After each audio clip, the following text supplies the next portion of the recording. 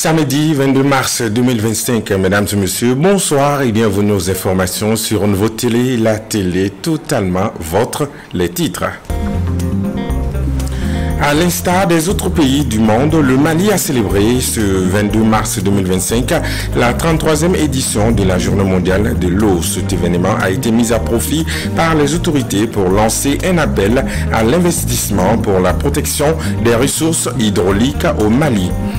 Pour soutenir les initiatives d'aide au PDI et leurs familles hôtes, ONG AFAD et l'ONG Adra Mali ont lancé le projet de renforcement des acteurs humanitaires locaux en tant que premier répondant de première ligne. Ce projet financé par le ministère allemand des Affaires étrangères couvre les cercles de Tomia et de Fangasso dans la région du Sang.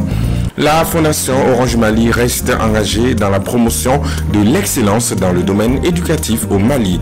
Elle a offert 48 tablettes au groupe scolaire Sédambélé de Markala, vainqueur du Challenge École d'Afrique au niveau national. Voilà pour le sommaire, les développements dans quelques instants.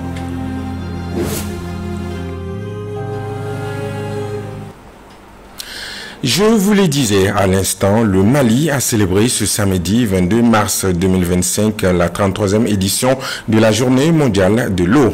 L'événement, présidé par le Premier ministre, s'est tenu en présence du ministre de l'Énergie et de l'eau, des partenaires techniques et financiers, ainsi que des représentants de la société civile intervenant dans le domaine de Watch.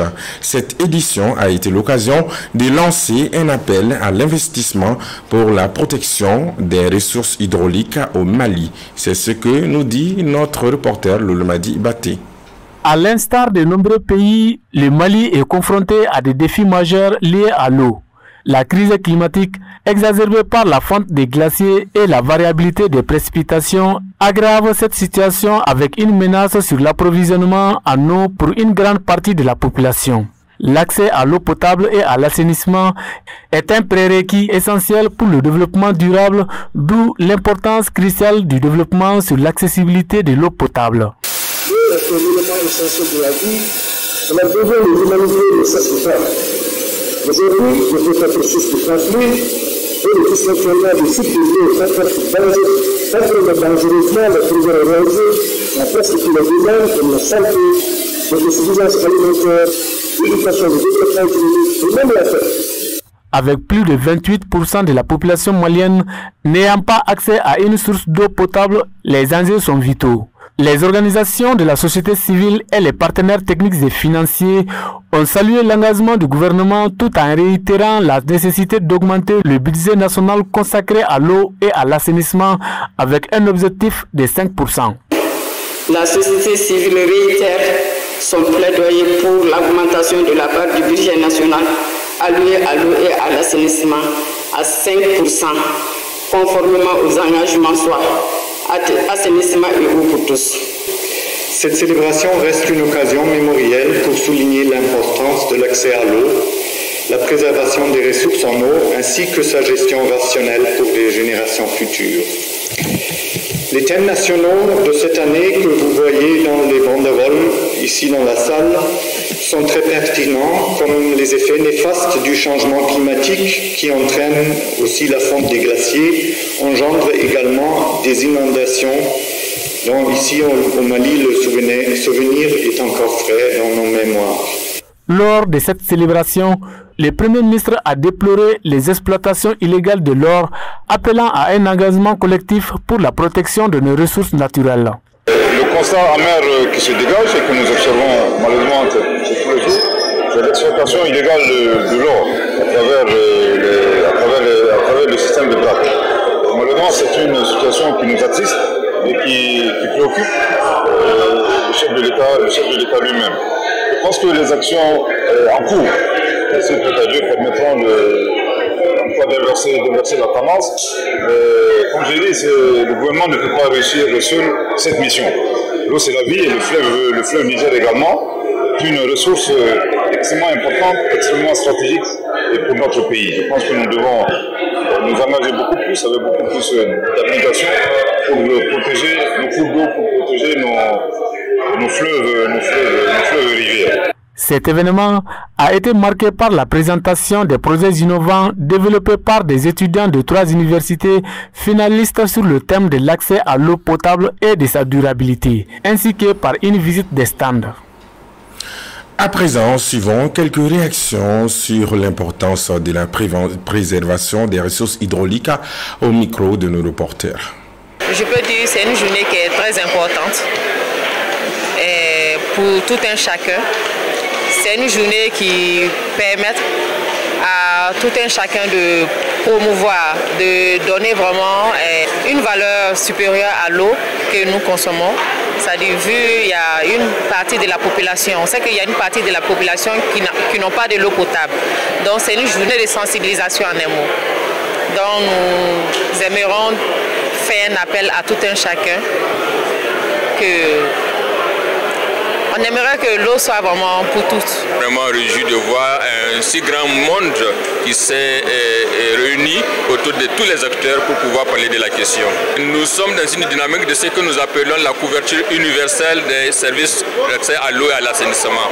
Cela suppose donc que nous assistons les communautés pour accéder de l'eau à l'eau dans les communautés, dans les écoles et dans les centres de santé. C'est toujours important de célébrer la journée mondiale de l'eau parce que ça nous rappelle les enjeux liés à l'eau. Parce que comme on le dit, il n'y a pas de vie sans eau, mais souvent on a tendance aussi à prendre l'eau pour un acquis. Alors que quand vous regardez un pays comme le Mali, l'eau c'est quand même un enjeu majeur parce qu'il y a une bonne partie de l'année où l'eau se raréfie dans beaucoup de parties du pays. Donc c'est toujours important de pouvoir célébrer cette journée mondiale de l'eau et de se rappeler des bonnes pratiques et des solutions à envisager pour faire face aux défis liés à l'eau. Débuté le lundi 10 mars dernier dans un hôtel de la place à Bamako, les travaux de la 55e session ordinaire du comité interparlementaire de l'UEMOA ont pris fin ce vendredi 21 mars 2025. Au cours des 12 jours de travaux, plusieurs sujets importants ont été abordés en lien avec les préoccupations des États membres de l'UEMOA. Selon le président par intérim du comité interparlementaire de l'UEMOA, cette 55e session a permis d'obtenir des résultats satisfaisants. Écoutons-le au micro de nos reporters Hawa Sanogo et de Zakaria Oumar Keita. Le bilan des activités réalisées par notre institution durant l'année 2024 laisse apparaître que le CIP a fait preuve d'un dynamisme soutenu en exécutant entièrement son programme d'activité. Je suis sûr qu'avec le concours de tous, ces efforts seront poursuivis et accentués au cours de l'année 2025, malgré le contexte budgétaire difficile des organes communautaires. Cette présente session a été l'occasion d'adopter le programme d'activité du CIP UEMOA pour l'année 2025, de faire la présentation des nouveaux membres du CIP UEMOA au titre du Burkina Faso et du Sénégal. Nous avons également désigné le nouveau président par intérim, votre serviteur du CIP UEMOA, et procédé au renouvellement des autres membres du bureau du CIP et des sous-comités. En outre, la situation sociopolitique dans les États membres de l'UEMOA a été passée en revue. L'autre point marquant de la session a été l'examen en séminaire parlementaire du rapport annuel 2024 sur le fonctionnement et l'évolution de l'Union qui nous a permis de prendre connaissance des réalisations de la commission de l'UEMOA, de relever ses acquis et défis et de mieux appréhender les perspectives de notre institution communautaire. Comme il est de tradition, le président de la commission, M. Abdoulaye Diop, a présenté à la plénière le rapport annuel 2024 sur le fonctionnement et l'évolution de l'Union. Cet exercice qui s'inscrit dans notre rôle d'organe de contrôle parlementaire de l'Union nous a permis d'avoir des informations sur l'état de mise en œuvre des chantiers de l'UEMOA. Nous avons particulièrement relevé que la commission de l'UEMOA a poursuivi la mise en œuvre d'importantes réformes communautaires qui ont permis de consolider les performances économiques de notre Union. Dans un autre registre, le cercle de réflexion et de solidarité des anciens et sympathisants de l'AEM a organisé ce samedi 22 mars 2025 un atelier de réflexion sur l'importance des technologies de l'information et de la communication TIC dans le système éducatif au Mali. Cet événement s'inscrit dans le cadre de la semaine des martyrs dédiée à la commémoration de l'engagement et du sacrifice pour la démocratie. La Sindiakiti.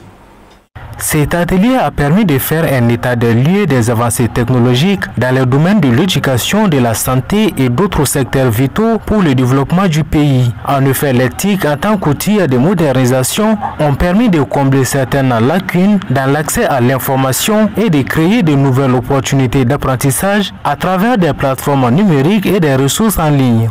Et ceux qui pensaient même connaître beaucoup de choses sur les technologies de l'information et de la communication ont compris qu'ils étaient déjà en retard. Donc on s'est dit que c'était important qu'on organise cet atelier de haut niveau. Ensuite, il y aura la vulgarisation qui peut se faire avec les acteurs eux-mêmes, justement pour travailler à ce que les jeunes élèves et étudiants ne soient pas en retard par rapport au reste du monde. Parce que qu'on le veuille ou pas, aujourd'hui, les technologies de l'information et de la communication, l'intelligence artificielle sont rentrées dans nos mœurs. Donc il s'agit pour nous de travailler à ce que ça soit utilisé à bon escient. Et on le sait, il y a le revers de la médaille, mais justement avec la législation, avec le contrôle, et on parviendra certainement à tirer le meilleur de ces outils. Les participants ont salué l'initiative, soulignant les progrès remarquables réalisés grâce aux TIC qui jouent un rôle crucial dans l'amélioration de l'accès à l'éducation et à l'information au Mali. C'est une bonne initiative de CRS d'organiser cet atelier et qui nous a permis d'apprendre beaucoup de choses. Et les panélistes qu'ils ont choisis sont vraiment des experts dans leur domaine et ils ont expliqué dans des termes très simples. Je pense que tout le monde a pu comprendre. Donc je suis particulièrement fière et heureuse de voir que nos cadets sont des brillants professeurs aujourd'hui et des chercheurs dans leur domaine. Cet atelier a été un moment de partage d'idées et d'échange d'expériences mettant en évidence les avancées technologiques dans les secteurs éducatifs au Mali. Direction région de Sens sur le financement du ministère allemand des Affaires étrangères, GEFO, l'association de formation et d'appui au développement ONG AFAD et l'ONG ADRA Mali ont officiellement lancé le mardi 18 mars 2025 dans la salle de la conférence de la mairie de Tomia le projet de renforcement des acteurs humanitaires locaux en tant que premier répondant de première ligne dans le cadre du projet Nexus Chapeau au Mali, au Burkina Faso et au Mozambique. Ce projet vise à renforcer le pouvoir d'action des femmes, des filles, des garçons et des personnes ayant des besoins spécifiques dans ces zones d'intervention. Et c'était dans la salle de conférence de la mairie de Tomia. Suivant le compte-rendu de Oumar Koïta. Ce projet, financé à hauteur de 775 669 153 francs CFA pour une durée d'exécution de 18 mois, couvre 5 communes des cercles de Tomia et de Fankasso dans la région des Sangs. Mise en œuvre par les ONG AFADA et ADRA Mali, il permettra de renforcer la résilience des populations bénéficiaires face aux multiples défis liés au risque de catastrophe de la sécurité alimentaire et du WASH.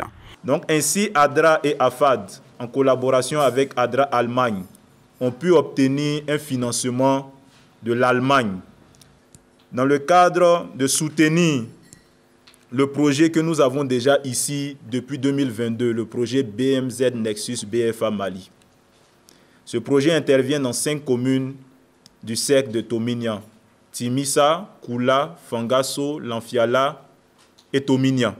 Et nous avons dit, ensemble avec AFAD, nous devons pouvoir faire en sorte que les communautés soient plus résilientes, qu'elles puissent être les premiers acteurs, que ce soit elles-mêmes qui soient à même de pouvoir sonner l'alerte sur des défis. C'est pourquoi ce projet vient pour pouvoir mettre au premier plan les communautés en leur renforçant leurs capacités. Ainsi, pour la mise en œuvre efficace et efficiente de ce projet, plusieurs activités sont prévues. Nous allons apporter des assistances tant en vivres, donc nous allons pouvoir leur distribuer des vivres comme nous le faisons déjà depuis le début du projet BMZ, mais aussi on va les former pour que ce soit les premiers répondants face aux risques et aux catastrophes. Comment faire en sorte que ces communautés-là puissent être des avant-gardistes, des donneurs d'alerte face à des crises et à des catastrophes. Visiblement émis par le lancement de ce projet, les autorités communales et administratives des cercles de Tomia et de Fankasso ont remercié les ONG ADRA Mali et AFAD pour leur initiative. Je suis conscient que la réussite de cette initiative dépendra de l'engagement de tous, notamment les autorités locales, les services techniques, les partenaires techniques et financiers et surtout les communautés elles-mêmes. Pour cela, je vous exhorte de vous impliquer activement pour la réussite de ces nouveaux projets au profit des communautés bénéficiaires. Aujourd'hui, en tout cas, vivre vraiment la sécurité, c'est-à-dire même les familles d'accueil, ce sont des pauvres. Et s'il faut qu'un pauvre accueille un étranger, vous voyez ce que ça fait? Donc vraiment, je pense que vraiment avec l'arrivée de ce projet, ça sera vraiment une épine de moins. À rappeler que le projet GFFO appuiera 10 500 ménages, PDI et autres au sein des populations affectées dans les cercles de Tomia et Fankasso dans la région des Sangs. Déjà annoncé dans les titres le 17 mars dernier, la Fondation Orange Mali a procédé à la remise de 48 tablettes à 48 élèves du groupe scolaire C d'Ambélé de Markala en récompense de leur brillante performance au Challenge École d'Afrique.